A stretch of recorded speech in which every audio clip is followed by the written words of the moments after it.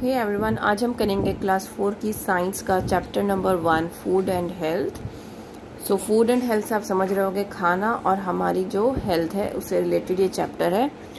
तो वैसे तो हम जानते हैं कि हमारी ग्रोथ में जो है फूड का बहुत बड़ा रोल है और उसके लिए हमें क्या लेना चाहिए, बैलेंस डाइट लेनी चाहिए। बैलेंस डाइट का मतलब क्या होता है, जिसमें सारे न्यूट्रिएंट्स जो हमारी बॉडी को ज़रूरी है, जो हमारी बॉडी के लिए ज़रूरी है, वो उसमें होने चाहिए। उसी को हम क्या कहते हैं, बैलेंस डाइट कहते हैं। कोई भी काम करने के लिए हमें एनर्जी की ज़रूरत पड़ती है और खाना खाने से हमें क्या मिलती है, एनर्जी मिलती है और उससे हम क्या रहते हैं, हेल्दी भी रहते हैं। ठीक है। कार्बोहाइड्रेट्स और फैट्स जो होते हैं वो एनर्जी गिविंग फूड होते हैं। प्रोटीन्स जो होते हैं वो बॉडी बिल्डिंग फूड होते हैं और विटामिन्स और मिनरल्स हेल्थ प्रोटेक्टिव फूड्स होते हैं।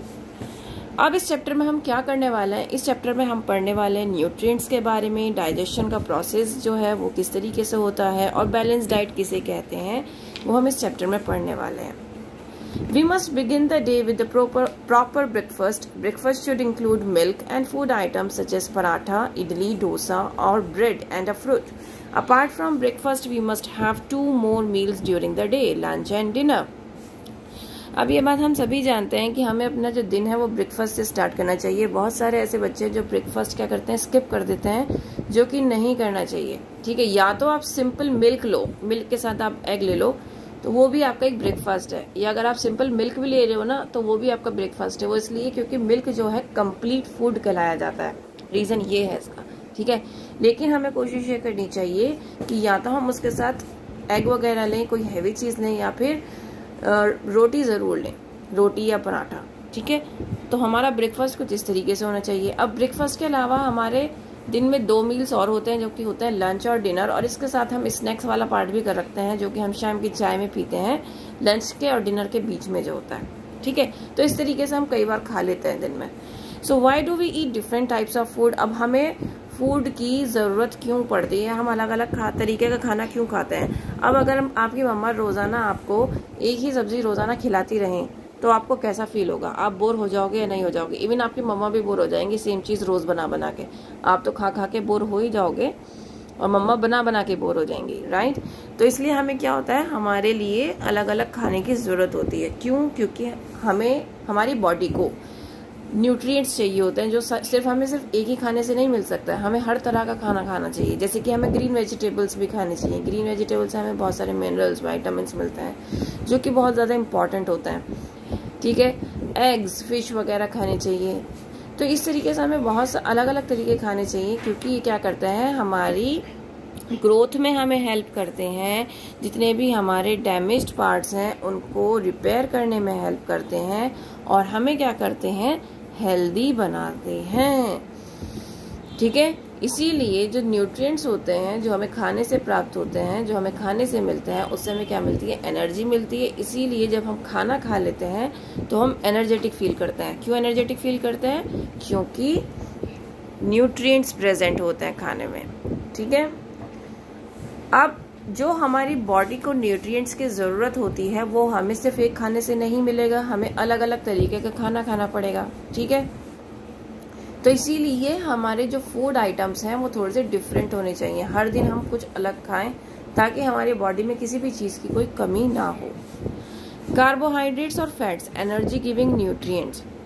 The body works all the time. ये आपको पता होना चाहिए कि अगर आप सो रहे हैं, खेल रहे हैं, जाग रहे हैं या कोई काम भी नहीं कर रहे हैं और बैठे हैं, तब भी आपकी बॉडी क्या कर रही है, लगातार काम कर रही है। ठीक है। किस तरीके से काम करती है, जब हमारी बॉडी सो जाती है तो वो किस तरीके से काम करती है, उस टाइम पे वो जितने भी हमारे डैमेज्ड सेल्स होते हैं उनको रिपेयर करने का काम करती है। ठीक है। और जब हम जाग रहे होते हैं तो वो उस टाइम हमारे न्यू सेल्स बना रही होती है। न्यू सेल्स बनाने का मतलब क्या होता है, न्यू सेल्स जब बन रहे हो दैट मीन्स हमारी जो बॉडी में ग्रोथ है वो हो रही है। ठीक है।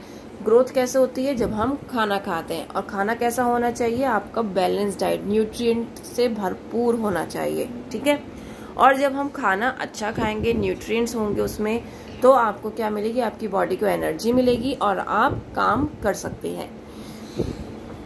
राइस, चपाती, पोटैटो, इडली, बनाना, शुगर, इसमें सबसे ज़्यादा कार्बोहाइड्रेट्स पाए जाते हैं, जो कि हमारी बॉडी को क्या करते हैं, हमारी बॉडी को एनर्जी प्रोवाइड करते हैं। फैट्स क्या करते हैं, वो भी एनर्जी प्रोवाइड करते हैं, जैसे कि घी, बटर, ऑयल, चीज, फिश, क्रीम, ये क्या है, रिच इन फैट्स हैं। अब अगर किसी खाने से हमें ज्यादा अमाउंट में कोई फैट मिल रहा है तो क्या होता है, वो एक्सेस फैट जो है वो हमारी बॉडी में ही स्टोर हो जाता है, और जब हमारी बॉडी में हमारी बॉडी को उस फैट की जरूरत होती है तो वो उस फैट को वहां से यूज कर लेती है।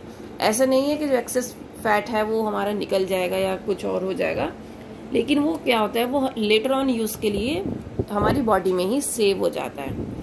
अब अगर आपने देखा होगा बहुत सारे लोग, अरे तुम फैट बहुत ज्यादा खाते हो, अपना फैट कम करो तभी तो तुम मोटे हो रहे हो। ओबेसिटी का जो रोल है ना, मतलब मोटे होना, ओबेसिटी होना, मतलब आपका जो फैट इंटेक है वो बहुत ज्यादा है, जिसकी वजह से आप क्या हो रहे हो, मोटे हो रहे हो। ठीक है, लेकिन आपको एक बात बता दूं, अगर आप अपने खाने में फैट इंक्लूड कर रहे हो तो वो आपकी बॉडी को कोई भी नुकसान नहीं पहुंचाएगा। इवन हमें अपनी बॉडी में फैट को इंक्लूड करके रखना चाहिए, हमें अपने खाने में फैट को इंक्लूड करना चाहिए, क्योंकि हमारी बॉडी के लिए बहुत ज़्यादा ज़रूरी है। ठीक है, क्यों ज़रूरी है, हमारे बोन्स का जो मूवमेंट है, आप देखो, आप अपने फिंगर्स मूव करो, हमारे कितने जॉइंट्स हैं, हमारी पूरी बॉडी में बहुत सारे जॉइंट्स हैं, तो ये जो मूवमेंट है ना, ये जो फैट है, फैट क्या करता है, आपकी इन जो जॉइंट वाले पार्ट है ना, यहाँ पर क्या करता है, ये एक उसका रोल प्ले करता है, ग्रीस का रोल प्ले करता है। ठीक है, यहाँ पर आपने देखा होगा, जैसे आप कैल्शियम लेते हो, कहते हैं ना कैल्शियम खाओ आपकी हड्डियां मजबूत रहेगी, है ना। खाली सिर्फ हमारा कैल्शियम ही हमारी बोन्स के लिए इम्पोर्टेंट नहीं है, फैट्स भी इम्पोर्टेंट है। ठीक है, फैट्स भी इम्पोर्टेंट है, कार्बोहाइड्रेट्स भी इम्पोर्टेंट है, न्यूट्रिएंट्स भी इम्पोर्टेंट है। सो इस तरीके से आप क्या कर सकते हो, आपको क्या करना चाहिए, आपको अच्छे से खाना खाना चाहिए और फैट्स का इंटेक भी करना चाहिए। फैट्स को स्किप नहीं करना चाहिए कि हम मोटे हो जाएंगे इसलिए हम फैट्स खाते ही नहीं है। नाउ बात करते हैं प्रोटीन्स की, जो कि हैं body building nutrients. Food items such as milk, pulses, grains, gram, beans, eggs, meat and fish are bodybuilding foods. They contain the nutrients called proteins. Proteins help the body to grow. They also need it to repair the damaged parts, especially after sickness and injury. अब अगर आपसे पूछा जाए कौन सा ऐसा nutrient है जो कि हमारे डैमेज्ड पार्ट्स को रिपेयर करता है, तो वो कौन है, वो है प्रोटीन्स। कौन है वो, प्रोटीन्स। और प्रोटीन्स को हम क्या कहते हैं, बॉडी बिल्डिंग फूड भी कहते हैं। प्रोटीन्स के एग्जाम्पल कौन कौन से हैं, मिल्क, पल्सेस, ग्राम, बीन्स, एग्स, मीट, फिश, ये क्या है, आपके बॉडी बिल्डिंग फूड्स हैं। ठीक है, और ज्यादातर जो रिपेयरमेंट का काम होता है वो कब होता है, जब हम बीमार हो या हमारे कहीं कोई चोट लग गई हो, तभी तो हमारे जो सेल्स हैं वो बेकार हो रहे हैं, तभी तो उनको रिपेयरमेंट की जरूरत हो रही है, राइट। अगर आप कोई नई कार लाके खड़े करते हो तो उसमें क्या नई कार में आपको कोई सर्विस की जरूरत होती है या रिपेयरमेंट की जरूरत होती है, नहीं होती है ना। जो ओल्ड कार होती है आपके घर में, आप उसी को सर्विसिंग के लिए देते हो और उसी को आप क्या करते हो, रिपेयर कराते हो। सेम केस हमारी बॉडी का है। बॉडी में जो न्यू सेल्स बन रहे हैं उनको रिपेयरमेंट की जरूरत नहीं है। जो पुराने सेल्स हैं जो खराब हो गए हैं उनको रिपेयरमेंट की जरूरत होती है, या फिर कभी हम बीमार पड़ जाते हैं, जैसे कि आजकल के टाइम में ऑलमोस्ट सभी बीमार है, कभी किसी को नज़ला है, कभी किसी को खांसी है, कुछ ना कुछ चलता ही रहता है। ठीक है, तो ऐसे में हमारी बॉडी का काम जो है वो बहुत ज़्यादा बढ़ गया है। ठीक है, तो इसलिए उस टाइम पे क्या करती है हमारी बॉडी, जितने भी डैमेज सेल्स हैं उनको रिपेयर करती है। नेक्स्ट बात आती है vitamin and minerals, protective nutrients की। Vitamin and minerals present in the food keep the body healthy. अब जो विटामिन और मिनरल्स फूड के अंदर प्रेजेंट होते हैं वो हमारी बॉडी को क्या रखते हैं, हेल्दी रखते हैं। ठीक है, fruits, vegetables and nuts contain different vitamin and minerals. अब फ्रूट्स वेजिटेबल्स में क्या होता है, नट्स में, इनमें अलग अलग तरीके के विटामिन और मिनरल्स होते हैं, और ये जो विटामिन और मिनरल्स हैं ये फिश में, एग्स में, मिल्क में सब जगह आपको मिल जाएंगे। ठीक है, नाउ फाइबर। फाइबर क्या होता है, whole wheat, whole corn, fruits and vegetables are rich in fibre. आपको पता होना चाहिए आपके डाइजेशन के प्रोसेस के लिए फाइबर जो है वो एक बहुत बड़ा रोल प्ले करता है। ठीक है, और जो फाइबर होता है हमारी बॉडी के अंदर जो प्रेजेंट होता है, जब ये बॉडी में चला जाता है तो ये हमेशा अनडाइजेस्टेड ही रहता है, ठीक है। और इसका काम क्या होता है? इसका काम होता है हमारे स्टमक को क्लीन करना, ठीक है। ये डाइजेस्टिव सिस्टम में चला जाता है और वहाँ पर हमारे स्टमक को क्लीन करता है, स्मॉल इंटेस्टाइन को, लार्ज इंटेस्टाइन को, और हमारी बॉडी को हेल्दी रखने में बहुत ज़्यादा मदद करता है। तो फाइबर का एक बहुत बड़ा रोल है हमारी बॉडी के अंदर। और फाइबर हमें कहाँ से मिलेगा? व्हीट से मिलेगा। व्हीट मतलब जो गेहूं होता है, ठीक है। कॉर्न, फ्रूट्स, वेजिटेबल से हमें क्या मिलता है? फाइबर मिलता है, ठीक है। अब नेक्स्ट बात करते हैं हम बैलेंस डाइट की। वो डाइट जिसमें हमें क्या मिले? सारे न्यूट्रिएंट्स मिले सही अमाउंट में, उसे क्या कहते हैं? हम बैलेंस डाइट कहते हैं, ठीक है। इसमें बैलेंस डाइट में क्या क्या होता है? कार्बोहाइड्रेट्स, फैट्स, प्रोटीन्स, विटामिन्स और मिनरल्स जो हमारी बॉडी के लिए ज़रूरी हैं वो प्रॉपर मात्रा में आपको वहाँ पर मिल जाएंगे, बैलेंस डाइट में मिल जाएंगे। Balance diet helps the body to grow, function properly and remain healthy. Balance diet क्या करता है? ग्रोथ में हेल्प करता है, हमारी बॉडी अच्छे से फंक्शन करे इसमें हेल्प करता है, और हमें हेल्दी रहने में मदद करता है। जो हम खाना खाते हैं उसके साथ क्या होता है? Our body uses the nutrients present in the body. अब आपने सोचा होगा हम खाना खाते हैं, हमें खाना खाते ही एनर्जी मिल जाती है। दैट मीन्स खाने का बहुत बड़ा रोल है। खाना यूज करती है हमारी बॉडी, वो भी हमारा खाना खाती होगी, तभी तो उसके अंदर एकदम एनर्जी आ जाती है, जैसे हमारे अंदर आ जाती है ना भाई। हमें अंदर से तो एनर्जी मिलती है, ऐसा थोड़ी ना है हम खाना खा रहे हैं हमारे पेट के अंदर जा रहा है खाना, राइट, और हमें इंस्टेंटली एनर्जी मिल जाती है। इवन अगर आपने कुछ देखा होगा कि आपको बहुत ज़्यादा भूख लग रही है और आपने मीठा कुछ खाया और उसके ऊपर पानी पी लिया, तो आप बहुत ज़्यादा एनर्जेटिक फील करते हो, मतलब आपका पेट भरा भरा सा महसूस होता है, ठीक है। तो क्या होता है, जो हमारी बॉडी में न्यूट्रिएंट्स की ज़रूरत होती है, आपको पता है मीठा जो है ना वो हमारी बॉडी बहुत जल्दी एक्सेप्ट करती है और उससे बहुत जल्दी हमें एनर्जेटिक फील करते हैं। तो इसका रीज़न ये है। तो हमारी बॉडी में जो न्यूट्रिएंट्स की ज़रूरत होती है वो फूड से न्यूट्रिएंट्स को लेती है, ठीक है, और उसको फिर क्या करती है, उस खाने को सिंपलर सब्सटेंसेस में, सिंपलर मतलब छोटे छोटे टुकड़ों में उसको कट करती है, ठीक है। फिर वो जो छोटे छोटे टुकड़े हैं वो बॉडी के अलग अलग पार्ट में नहीं कहूँगी, स्टमक में ही जाते हैं और वहाँ पर जाकर क्या होता है वो उसको यूज़ करते हैं, ठीक है। कैसे यूज़ करते हैं, अभी हम पूरा डाइजेशन का जो प्रोसेस है वो चेक करेंगे कैसे होगा, उससे आपको आइडिया हो जाएगा कि कैसे हमारा बॉडी में डाइजेशन का प्रोसेस चलता है, ठीक है। The process by which useful substances in the food are broken down into simpler substances is called digestion. अब ये जो प्रोसेस है कि जो जितने भी यूजफुल सब्सटेंसेस हैं फूड के वो कॉम्प्लेक्स से सिंपल में ब्रेक डाउन हो जाएं, उसको क्या कहते हैं? डाइजेशन कहते हैं। कुछ समय लगता है हमारे डाइजेशन प्रोसेस को होने में, क्योंकि हमारा डाइजेशन जो है तभी स्टार्ट हो जाता है जैसे ही हमने कोई निवाला अपने मुंह में रखा है, तो हमारा डाइजेशन का प्रोसेस स्टार्ट हो जाता है।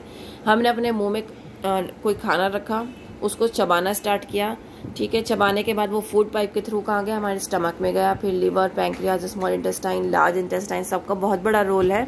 लिवर पैंक्रियाज में खाना नहीं जाता है, लेकिन वहाँ से कुछ डाइजेस्टिव जूसेस होते हैं जो सिक्रीट होते हैं और वो खाने में मिक्स होते हैं और वो फर्दर आगे सिंपलर सब्सटेंसेस में आपको मिलते हैं। तो इस तरीके से क्या होता है, ये सारे ऑर्गन्स हैं जो ह्यूमन डाइजेस्टिव सिस्टम में यूज किए जाते हैं। अब हमारा डाइजेशन जो है वो तभी स्टार्ट हो जाता है जैसे ही हम अपने माउथ में फूड रखते हैं, ठीक है। हमारा फूड जो है क्या होगा, किससे मिक्स हो जाता है? सलाइवा से मिक्स हो जाता है माउथ में। सलाइवा क्या होता है? एक लिक्विड होता है जो कि हमारे माउथ में प्रेजेंट होता है और इसको हम डाइजेस्टिव जूस भी कहते हैं, जहां पर डाइजेशन का जो प्रोसेस है, जहां पर डाइजेशन ऑफ कार्बोहाइड्रेट्स है वो स्टार्ट हो जाता है। अगर आपके पास क्वेश्चन आता है कि डाइजेशन का प्रोसेस कब स्टार्ट हो जाता है, तो राइट फ्रॉम द माउथ आपका स्टार्ट हो जाता है, ठीक है। कभी भी ये मत कहना कि स्टमक से स्टार्ट होता है। कहाँ से स्टार्ट होता है? माउथ से स्टार्ट होता है।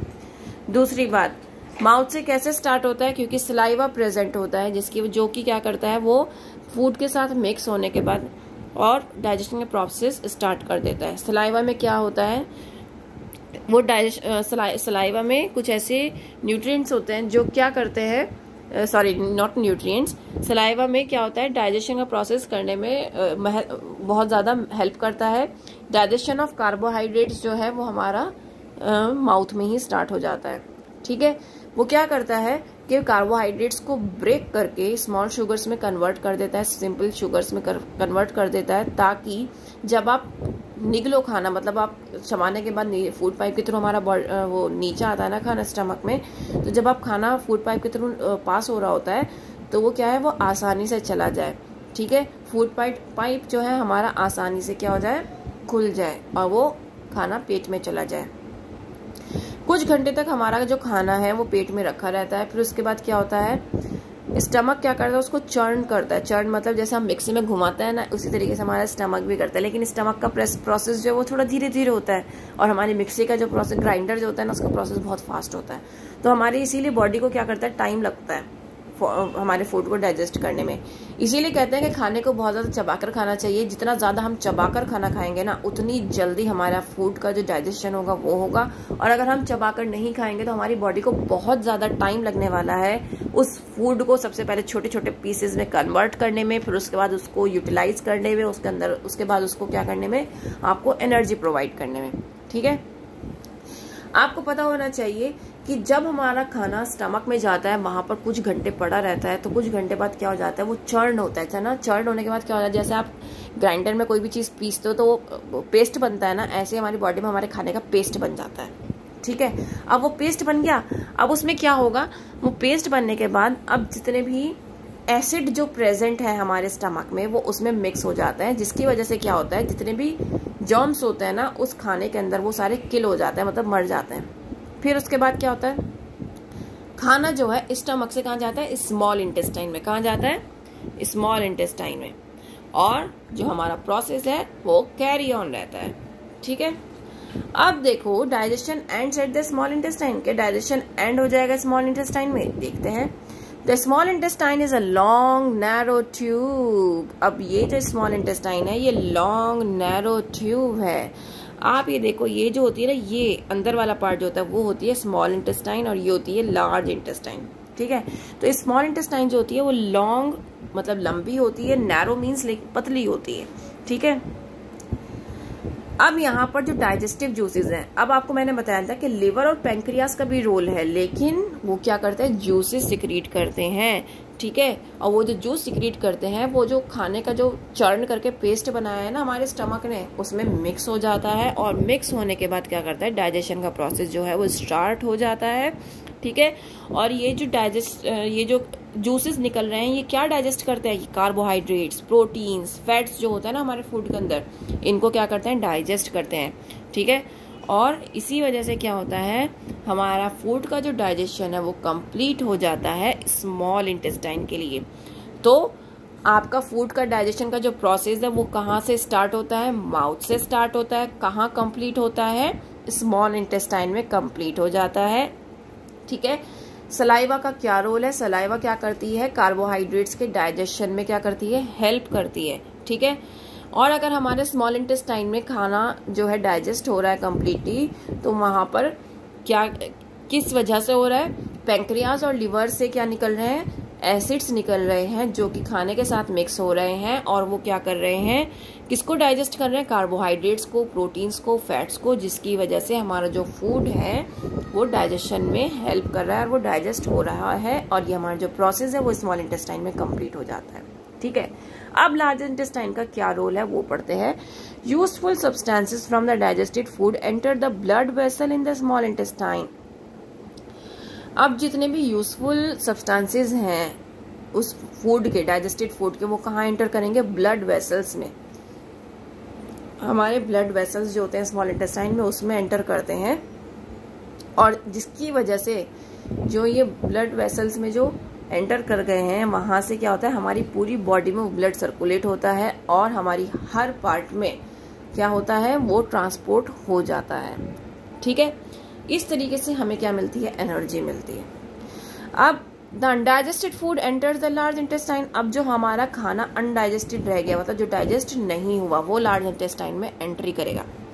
वहां एंट्री करने के बाद वहां पर बहुत सारा पानी, बहुत सारा क्या होता है, पानी होता है, प्रेजेंट होता है। ठीक है, जो कि ब्लड के थ्रू उसको मिलता है। ठीक है, सो अब वो क्या होता है, वो जितना भी हमारा अनडाइजेस्टेड फूड है वो एनएस के थ्रू हमारा कैसे निकलता है, बाहर निकल जाता है। एनएस क्या होता है, पॉटी के थ्रू जो बाहर निकलता है, that is your undigested food. ठीक है, तो इस तरीके से क्या हो रहा है, आपका कंप्लीट डाइजेशन का प्रोसेस होता है। तो आपका जो डाइजेशन है वो कहाँ कंप्लीट हो गया, स्मॉल इंटेस्टाइन में। लार्ज इंटेस्टाइन का क्या रोल है कि जितना भी अनडाइजेस्टेड फूड है वो लार्ज इंटेस्टाइन में आ जाता है। ठीक है, और in the form of faces वो हमारे कैसे निकल जाता है, बॉडी से बाहर निकल जाता है एनएस के थ्रू। ठीक है, अब एक क्विक ओवरव्यू ले लेते हैं। माउथ का क्या रोल है, saliva begins digestion of carbohydrates. Food pipe में क्या होता है, स्टमक में जाता है खाना। लिवर क्या करता है, डाइजेस्टिव जूसेस निकालते हैं, और स्टमक में फूड किस में चेंज हो जाता है, पेस्ट बन जाता है। पैंक्रियास से भी डाइजेस्टिव जूसेस निकलते हैं, और स्मॉल इंटेस्टाइन में डाइजेशन कंप्लीट हो जाता है। स्मॉल इंटेस्टाइन में यूजफुल सब्सटेंसेस जो है एंटर करते हैं ब्लड में, जो कि हमारी पूरी बॉडी में सर्कुलेट होते हैं और हमें एनर्जी प्रोवाइड करते हैं। लार्ज इंटेस्टाइन में वाटर क्या करेगी, एब्जॉर्ब कर लेगी जितने भी ब्लड है। ब्लड के थ्रू क्या हो जाएगा, वाटर एब्जॉर्प्शन हो जाएगा। सॉरी, मैंने शायद ये कहा था कि वाटर मिलेगा वहां पर, तो वाटर नहीं मिलेगा, वो वाटर एब्जॉर्ब हो जाएगा। Sorry for the wrong thing I give you. So और एनस से क्या होगा, डिस्कार्ड हो जाएगा वेस्ट। ठीक है, तो यहाँ पर आपको ध्यान रखना है। ठीक है, अब प्रॉपर कुकिंग प्रैक्टिसेस हम देख लेते हैं, कौन कौन सी प्रॉपर कुकिंग प्रैक्टिसेस हैं। Food must be cooked properly. Improper cooking methods can destroy nutrients. For example, vitamin C is destroyed by high temperature. आपको ये तो पता होना चाहिए ना कि हमें जो है कोई भी चीज़ तरीके से अगर हम यूज़ करते हैं, धोते हैं, खाते हैं, बनाते हैं, तो उसके जो न्यूट्रिएंट्स हैं वो हमारी बॉडी में जाएंगे। तो अगर हम विटामिन सी को बहुत हाई टेम्परेचर बनाते हैं तो विटामिन सी का जो वो है ना न्यूट्रिएंट, वो ख़त्म हो जाता है। इसीलिए cucumbers, carrots, radish, tomato, lemon जो है हमें रॉ लेते हैं हम, है ना। रेडिश, कैरेट, कुकुम्बर तो हमें रॉ लेते ही हैं, और ये हमारी बॉडी के लिए बहुत ज़्यादा हेल्पफुल भी होता है। When rice, pulses और vegetables are boiled in water, the nutrients from these food mix with water. Rice, pulses और वेजिटेबल जब हम बॉईल करते हैं वाटर में, तो उनके जो न्यूट्रिएंट्स हैं वो उस वाटर में मिक्स हो जाते हैं, और अगर हम उस पानी को फेंक देते हैं, दैट मीन्स हमने क्या किया है, जितना भी उसमें न्यूट्रिएंट्स थे वो हमने उसको लूज कर दिया है, क्योंकि सारा जो न्यूट्रिएंट है वो किस में आ जाता है, पानी में आ जाता है। अगर हम कोई भी फ्रेशली कुक्ड फूड, मतलब जो हम एकदम से खाना बना रहे हैं, उसमें कोई भी जर्म्स नहीं होता है। जर्म्स क्या होते हैं, बेसिकली बहुत स्मॉल ऑर्गेनिजम्स होते हैं जो हमारी बॉडी, जो हमें सिक करते हैं। और कुकिंग से क्या होता है, जर्म्स किल हो जाते हैं और हमारा खाना जो है वो सेफ रहता है। और अगर हम कोई भी खाना, जैसे बहुत ज़्यादा गर्मी हो रही है और अगर हम किचन में कोई भी चीज़ रख देंगे खुली हुई, या फिर उसको गर्म, मतलब खाना तैयार करके अगर वहीं रख दिया कुछ टाइम के लिए, तो एक टाइम बाद क्या हो जाता है, ख़राब हो जाता है खाना। तो हमें क्या करना है, हमें एक तो उसको प्रिजर्व करके रखना है, फ्रिज में रखिए, और अपने खाने को ढक कर रखिए हमेशा। अगर हमारा खाना ख़राब भी हो रहा है तो ख़राब होने का मतलब क्या है, उसके अंदर कुछ जर्म्स आ रहे हैं, ठीक है, जो कि उसमें ग्रो कर रहे हैं, जिसकी वजह से वो क्या हो रहा है, ख़राब हो रहा है, और जिससे हम क्या हो सकते हैं, बीमार हो सकते हैं। नाउ प्रिजर्विंग फूड, हमें फूड को किस तरीके से प्रिजर्व करके रखना चाहिए। अगर हम ढंग से फूड को प्रिजर्व नहीं करेंगे तो वो क्या होता है, ख़राब हो जाता है। जैसे कि अगर हम ड्राई फ्रूट्स को ही देखें, ड्राई फ्रूट्स जो होते हैं उनको हमें बॉक्सेस में करके फ्रिज में रखना चाहिए, तो उसकी जो लाइफ है वो लॉन्ग हो जाती है, शेल्फ लाइफ लॉन्ग हो जाती है, ठीक है। और अगर हम चाहते हैं कि हमारा जो खाना है वो बिल्कुल भी ख़राब ना हो, तो अलग अलग तरीके से हम अलग अलग चीज़ों को सेव करके रख सकते हैं, स्टोर करके रख सकते हैं, ठीक है, उनको रेफ्रिजरेट कर सकते हैं, ठीक है। जैसे कि ग्रीन वेजिटेबल्स होते हैं तो हम उसका पानी सूखा कर क्या कर सकते हैं, उनको न्यूज़पेपर में रैप करके अच्छे से और उसको फ्रिज में सेव करके रख सकते हैं, ठीक है। फिश वगैरह जो है, जो भी मीट वाला पार्ट है, उसको हमें अच्छे से बॉक्सेस में करके क्या करना होता है, डीप फ्रीज करना होता है, ठीक है। फ्रूट्स को हमें क्या करना होता है, रेगुलर उसको हमें फ्रिज में रखना होता है, बाहर नहीं रखना होता है, वरना वो भी खराब हो जाएगा, ठीक है। Food items can be preserved in sugar, salt, vinegar and oil. तो अगर आपको कोई चीज़ प्रिजर्व करनी है तो आप ऐसे भी प्रिजर्व कर सकते हो। जैसे कि आपने देखा होगा जैम जो मिलता है, जैम में बहुत सारी शुगर होती है ना, वो क्या होता है, फ्रूट का पल्प ही तो होता है उसके अंदर, फ्रूट्स के जो पल्प होता है वही तो, उसी से तो जैम बनाया जाता है। तो उसमें क्या है, उसमें बहुत सारा शुगर मिक्स किया जाता है ताकि वो लंबे समय तक चल सके, ठीक है। लेकिन आपको बता दूं कि जैम जो है वो एक जंक फूड है, और अगर हम कहेंगे अरे नहीं ये तो फ्रूट से बन रहा है तो ये जंक फूड कैसे हो गया, तो उसको प्रिजर्व करने के लिए उसमें कुछ मिलाया जाता है, प्रिजर्वेटिव्स मिलाए जाते हैं ताकि उसकी जो लाइफ है वो लॉन्ग हो सके, वो 6 to 8 मंथ्स चल सके। तो इसलिए वो क्या है, वो एक जंक फूड है, ठीक है। तो इस तरीके से जो आपका चैप्टर है वो कंप्लीट हो जाता है। अगर आपको इस चैप्टर की एक्सप्लेनेशन समझ में आई हो, अच्छी लगी हो, तो प्लीज़ चैनल को लाइक शेयर और सब्सक्राइब ज़रूर करिएगा।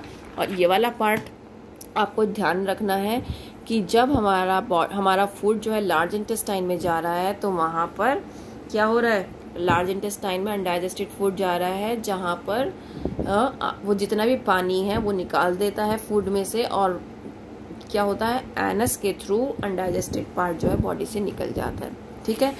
सो that's all for today, thank you, bye bye.